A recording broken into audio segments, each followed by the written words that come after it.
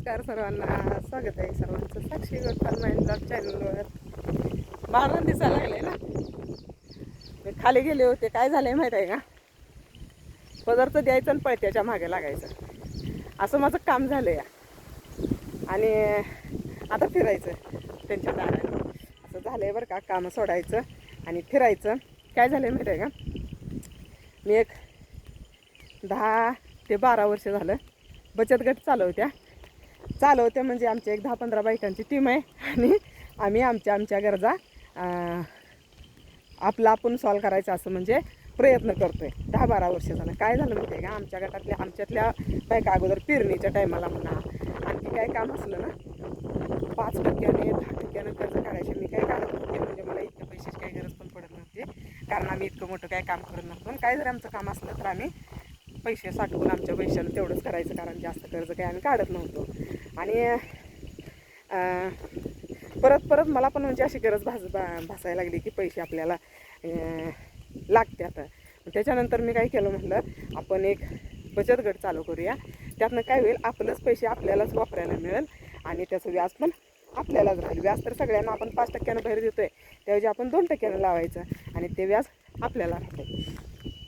मग त्यात काय झालं माहिती आहे का, ठराविक बायकांनी ज्यांना गरज आहे त्यांनी पैसे काढले. पण आता मला सांगा, ज्यांनी पैसे काढले त्यांनी व्याज तर भरायला पाहिजे, आणि त्यांनी जर हप्ता नाही भरत गेल्या तर ते व्याज पण त्यांना जास्त दिवस भरायला लागते. जेवढे दिवस पैसे वापरले तेवढे. तर सावकाराकडे कर्ज काढल्यावर तिथं पण त्यांना जेवढे दिवस पैसे वापरले तेवढे दिवस व्याज हे कंपल्सरी भरावं लागते.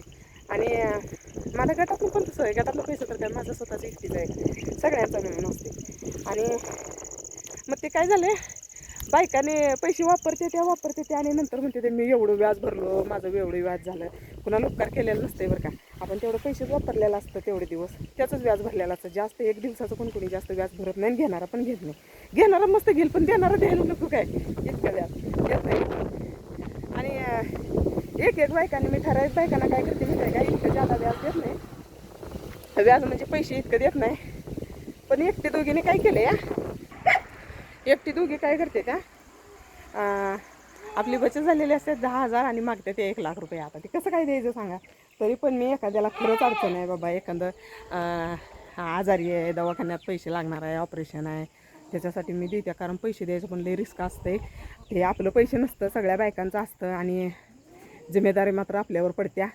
तरी पण मी जाऊ दे, एखादं गरीबाला काय माहिती आहे का, 1,00,000-2 लाखाची कुणीच मदत करत नाही, त्यामुळे ती मला करावं लागते आणि मी करते.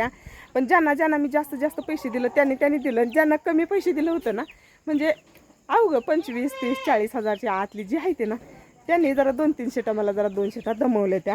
यावेळेस मी 10 वर्षात एवढा गट चालवत्या, पण मला इतकं कुणी दमवलं नाही, कारण आमच्या गटातल्या सगळ्या बायका समंजस आहे त्या आणि समजून घेते त्या बाबा सगळ्यांच्या अडचणी. मी पण भरपूर समजून घेते बरं का.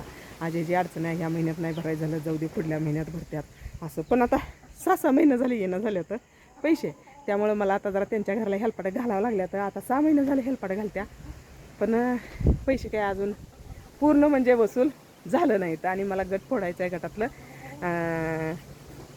सगळ्यांना पैसे वाटायचं आहे, त्यामुळे तिकडे गेले होते. तर आले मी आता इथं शेळ्यांपाशी. त्याने दंगा करायला लागलं, तू त्यांच्या दारात मी जाऊन बस म्हणून.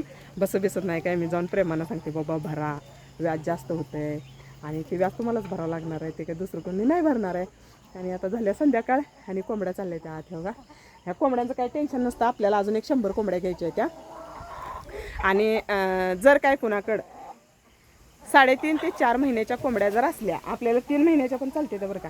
3 महिन्याच्या पुढच्या जर कोंबड्या कुणाकडे असल्या तर कमेंट करा, आपल्याला कोंबड्या पाहिजेत. आणखी एक 100 कोंबड्या पाहिजेत सध्या तर, कारण या कोंबड्या कमी येत्या आणि अंड्याची मागणी जरा जास्त वाढल्या, त्यामुळं आपल्याला कोंबड्या पाहिजेत. त्यामुळं कुणाकडे जर कोंबड्या असल्या तर कमेंट करा आणि कमेंटला तुमचा नंबर द्या, फोन करते मी कोंबड्या जर असल्या तर. कोंबड्या माझ्याकडे आता 50 आहे त्या, पण आणखी मला 100 सध्या पाहिजे, त्यानंतर वाढवायच्या त्या. पण आता सध्या थोडं वाढवायचे त्या, आपल्याला एकदम जास्त नाही त्या वाढवायच्या, थोडं वाढवायचे त्या.